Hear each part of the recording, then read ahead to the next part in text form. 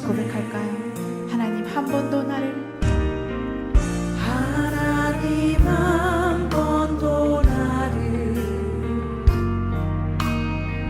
실망시킨 적 없으시고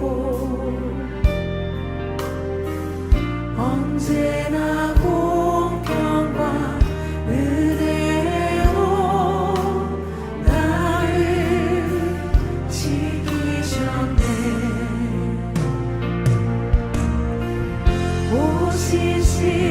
오신실하신 주,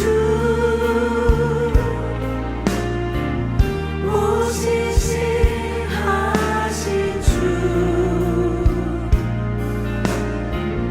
내 너를 떠나지도 않으리라. 내 너를 버리지도 않으리라. 약속하셨던 주님, 그 약속을 지키사 이후로도 영원토록 나를 지키시리라 확신하네. 지나온 모든 세월들 지나온 모든 세월들 돌아보아도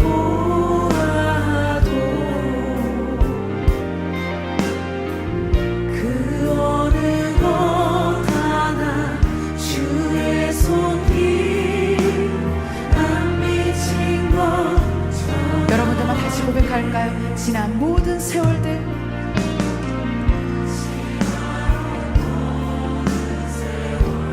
돌아보아도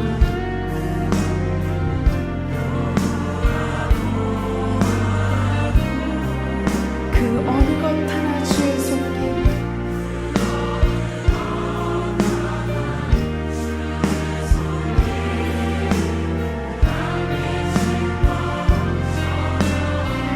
오신실하신 주 아멘. 오신실하신 주,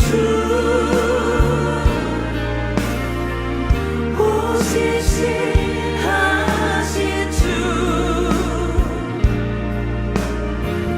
내 너를 떠나지도 않으리라.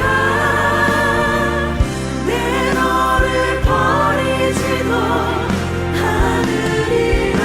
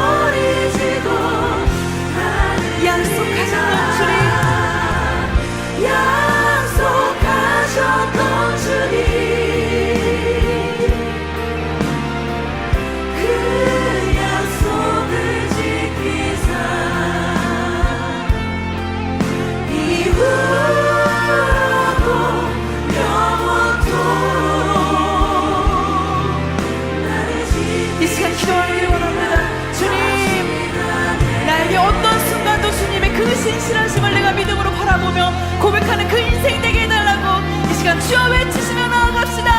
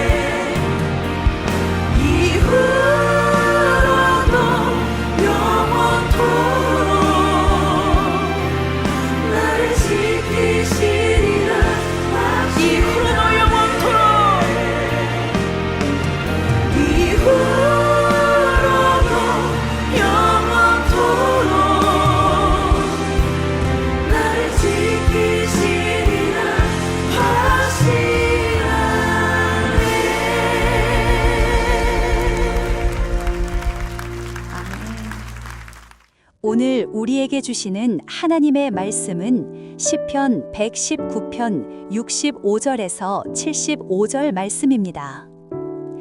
여호와여, 주의 말씀대로 주의 종을 선대하셨나이다. 내가 주의 계명들을 믿었사오니 좋은 명철과 지식을 내게 가르치소서. 고난 당하기 전에는 내가 그릇 행하였더니 이제는 주의 말씀을 지키나이다. 주는 선하사 선을 행하시오니 주의 율례들로 나를 가르치소서. 교만한 자들이 거짓을 지어 나를 치려 하였사오나 나는 전심으로 주의 법도들을 지키리이다. 그들의 마음은 살쪄서 기름덩이 같으나 나는 주의 법을 즐거워하나이다. 고난 당한 것이 내게 유익이라. 이로 말미암아 내가 주의 율례들을 배우게 되었나이다. 주의 입의 법이 내게는 천천 금운보다 좋으니이다. 주의 손이 나를 만들고 세우셨사오니 내가 깨달아 주의 계명들을 배우게 하소서. 주를 경외하는 자들이 나를 보고 기뻐하는 것은 내가 주의 말씀을 바라는 까닭이니이다. 여호와여, 내가 알거니와 주의 심판은 의로우시고 주께서 나를 괴롭게 하심은 성실하심 때문이니이다. 고난은 흔히 우리에게 일어나서는 안 될 일, 불행한 일로 여겨지곤 합니다. 그러나 우리 그리스도인들은 이 고난이라는 것이 변장하고 찾아오는 축복이라는 관점으로 바라볼 수 있어야 합니다. 이 고난은 겉으로는 고난처럼 보이지만 사실은 축복을 안고 오는 것이라는 것이죠. 그 고난을 대할 때 그래서 중요한 것은 그거의 고난이 얼마나 심각하느냐의 경중의 문제가 아니라 그 고난을 우리가 과연 신앙의 태도로 대하느냐 아니면 불신앙의 태도로 대하느냐, 이것이 중요한 문제가 됩니다. 이 고난에 대한 자세가 바로 정립되어 있지 않다라면 우리는 이 고난의 책임을 하나님께 전가하려 하거나 아니면 이 고난의 현실을 회피하려는 태도를 볼 수가 있습니다. 참으로 우리의 인생의 문제 가운데 이 고난이라는 것은 수수께끼입니다. 의인들이 고통을 당할 때가 있고 바르게 살고자 하는 사람들이 실패할 때가 있고, 또 누명을 쓰는 그런 어두운 세상의 모습을 보게 됩니다.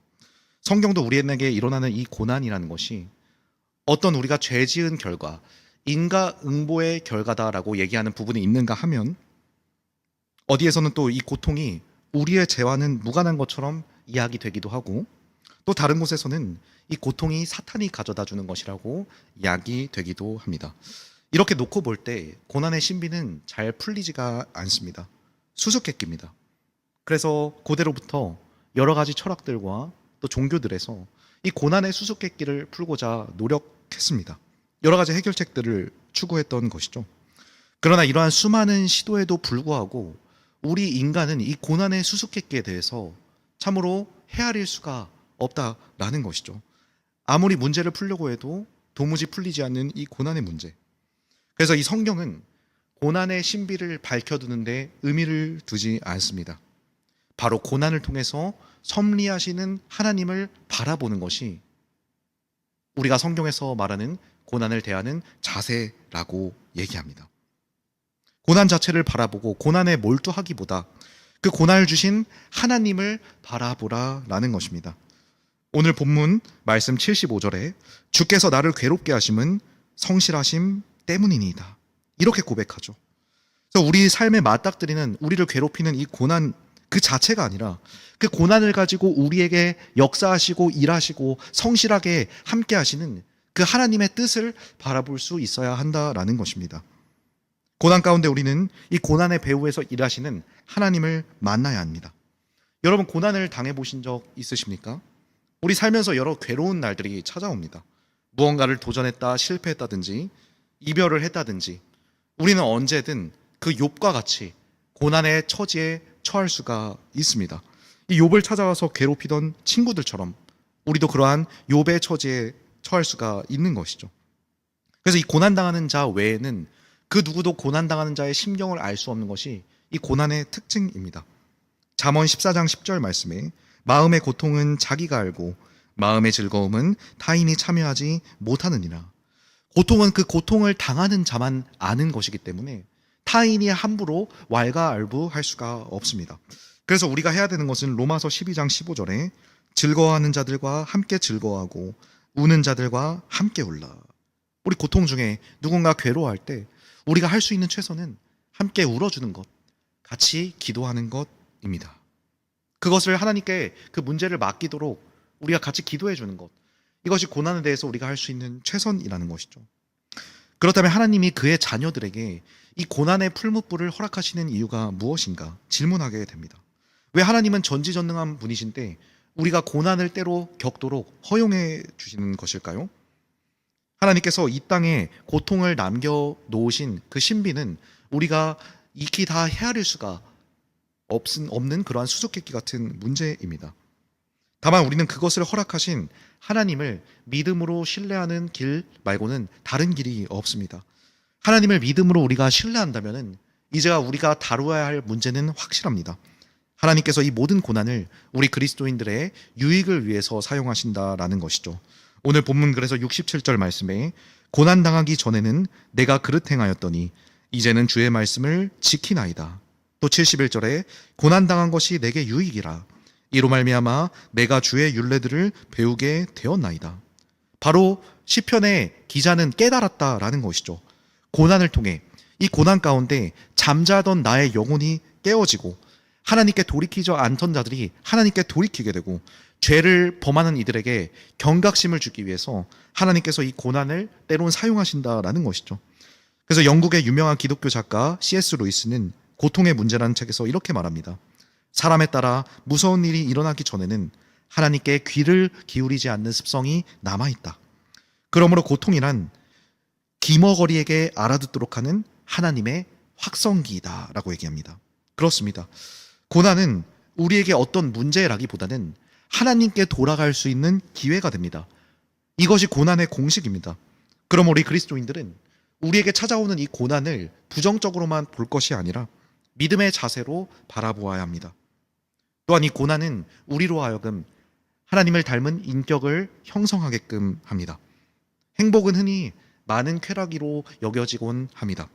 그러나 하나님께서 정말로 우리 사람에게 바라시는 것은 우리의 어떤 쾌락과 행복이 아니라 바로 인격 형성을 가장 중요하게 여기십니다. 하나님의 일에 동참할 수 있고 하나님의 그 거룩한 사명에 함께할 수 있는 그러한 인격을 형성시키는 것을 하나님께서 주된 관심사로 가지고 계십니다. 그래서 우리를 때때로는 가시밭길로 이끄셔서 우리를 연단시키시고 우리의 인격을 하나님이 쓰실 수 있는 그러한 그릇으로 만들어 가시는 일을 하나님께서 이 고난을 통해서 하신다라는 것이죠. 그래서 욥기 23장 10절 말씀에 내가 가는 길을 그가 아시나니 그가 나를 단련하신 후에는 내가 순금같이 되어 나오리라. 하나님은 우리 사람을 하나님의 형상으로 지으셨습니다. 이 순금, 금을 연단할 때 이 금이 순금이 된 것을 알아보는 가장 좋은 방법은 그 금에 자신의 얼굴이 비춰질 때까지 그 금을 연단하는 것이라고 합니다. 하나님께서는 바로 우리의 인격에 자신의 형상을 비추어 보십니다. 이 고난이란 연단을 통해서 우리의 찌꺼기와 불순물을 버리도록 하신 후에 자신의 형상을 우리에게서 찾으십니다. 이 일을 위하여 하나님께서 우리에게 고난을 허락하실 때가 있습니다. 그래서 우리는 살면서 여러 가지 고난들을 겪게 되는 것이죠. 마음의 진통을 겪게 되는 것이죠. 이사야 48장 10절 말씀에 보라 내가 너를 연단하였으나 은처럼 하지 아니하고 너를 고난의 풀무불에서 택하였느라. 하나님은 우리를 사용하실 수 있을 때까지 고난을 통해서 연단하십니다. 그래서 우리 그리스도인들은 고난 속에서 하나님의 자녀로서 그 하나님의 형상의 인격을 형성해 나갈 수가 있어야 됩니다. 히브리서 2장 18절 말씀에 그가 시험을 받아 고난을 당하셨은즉 시험 받는 자들을 능히 도우실 수 있느니라. 예수님은 고통당하는 우리 인간을 도우시기 위해서 친히 고통을 감당하셨습니다. 우리는 그리하여서 고난을 회피하고 안일한 이 길을 가겠다 그렇게 얘기해서는 안 되며 우리가 그리스도인답게 이 세상을 살아가면서 우리가 슬퍼하는 자들과 함께 슬퍼하고 또 실패한 자들의 손을 같이 붙잡아주고 우리에게 또 닥치는 그런 고난을 통해서 예수님의 인격을 형성해 나가야겠다. 이것이 우리가 가야 하는 고난에 대한 길이고 고난을 대하는 올바른 태도라고 신앙적인 태도라고 할 수 있습니다. 그러므로 해군대교회 신우 성도 여러분, 여러분의 삶에 맞닥뜨리는 고난을 겁내지 마시고 불안하게 생각하지 마십시오. 고난을 그냥 나의 팔자지 회피하고 부정하는 것은 고난에 대한 신앙적인 태도가 아닙니다. 우리가 죄를 지어서 고난이 왔을지라도 또 다른 어떤 이유 때문에 우리 삶에 고난이 왔을 때라도 하나님께서는 그것을 통해서 우리에게 큰 유익을 주시고자 하나님의 뜻과 계획을 갖고 계십니다. 그러므로 고난은 문제가 아니라 기회이자 축복입니다.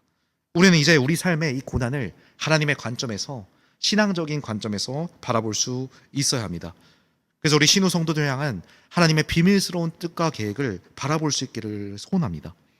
우리를 하나님의 품으로 돌이키고자 우리를 예수님을 닮은 인격을 형성시키고자 허락하시는 그 고난을 통해서 우리가 하나님을 더욱더 그분과 더욱더 가까운 그런 교제를 그분과 더욱 가까운 관계를 확립해 나가고 또 하나님의 자녀다운 인격을 형성할 수 있는 그렇게 고난을 신앙의 태도로 대할 수 있는 우리 해군해병대교회 모든 신우 성도들 되시기를 주의 이름으로 축원합니다. 우리 주신 말씀 기억하면서 함께 합심하여 기도하겠습니다.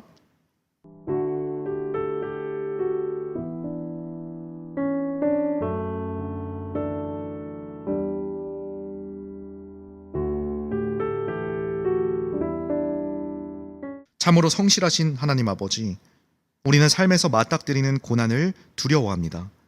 회피하고 외면하려 합니다. 그러나 하나님, 우리가 말씀에 비추어 고난을 신앙적으로 대하길 소원합니다. 우리를 하나님께 돌이키게 하고 우리를 예수님 닮은 인격으로 성장시키셔서 결국에는 우리를 순금같이 나아오게 하시려는 하나님의 뜻과 계획을 고난 가운데 바라볼 수 있게 하옵소서. 예수 그리스도의 이름으로 기도드렸습니다. 아멘. 지금은 우리 구주 예수 그리스도의 은혜와 하나님의 사랑과 성령의 교통하심이 고난을 기회이자 축복으로 여기며 그 속에서 하나님의 뜻을 발견하는 그러한 신앙적인 태도로 맞닥뜨리는 삶의 고난을 대하길 소원하는 우리 해군해병대교회 신우 성도를 위해 지금부터 영원토록 함께 있으시기를 간절히 축원하옵나이다. 아멘.